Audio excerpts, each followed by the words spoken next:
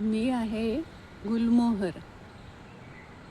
माझा रंग, फुलांचा रंग लाल आणि पिवळा असतो.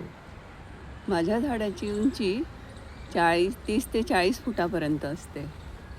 मी उन्हाळ्यामध्ये पूर्ण पानं गळतात आणि नवीन फुलं येत असतात आणि ती फुलंसुद्धा गुच्छेदार असतात. सगळं झाड फुलांनी भरलेलं असतं. त्या फुलांना शेंगा पकडतात आणि त्या शेंगांची लांबी 1.5 ते 2 फुटापर्यंत असते.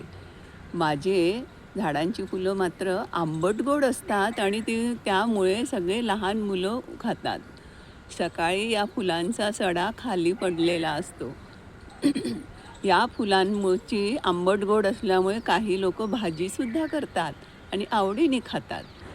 पानं संयुक्त प्रकारे असतात, त्याच्यामुळे छोटे-छोटे असल्यामुळे त्याचा रांगोळीसाठी सुद्धा उपयोग केला जातो, फुलांचा आणि पानांचा सुद्धा. खोडसुद्धा खरबरीत असते. या शेंगा ज्या असतात, त्या शेंगांमध्ये गोल आकाराच्या बिया असतात.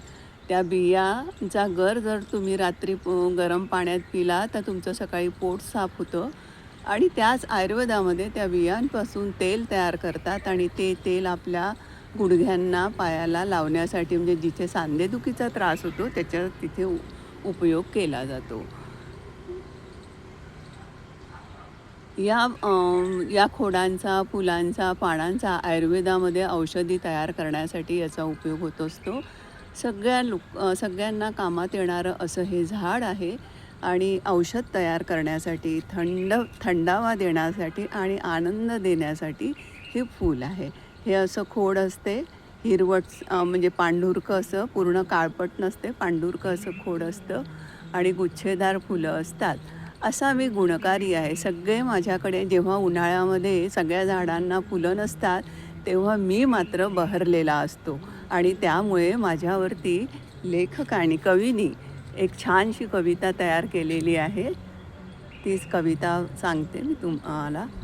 गुलमोहर गर तुम्हारा नाम होता, गुलमोहर गर तुम्हारा नाम होता, मौसमे गुल को हसाना भी हमारा काम होता, गुलमोहर गर तुम्हारा नाम होता, गुलमोहर गर तुम्हारा नाम होता.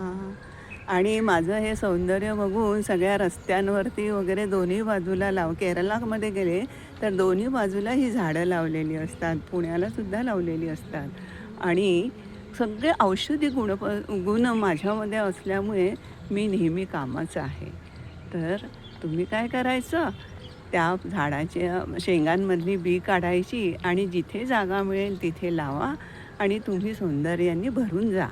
माझी पानं जी आहे ती सूर्यप्रकाशामध्ये हवेतील कार्बन डायऑक्साईड घेतात आणि अन्न तयार करतात आणि उत्सर्जनामध्ये ऑक्सिजन सोडतात आणि ते हवेमध्ये मिसळतं आणि त्यामुळे हवा शुद्ध होत असते.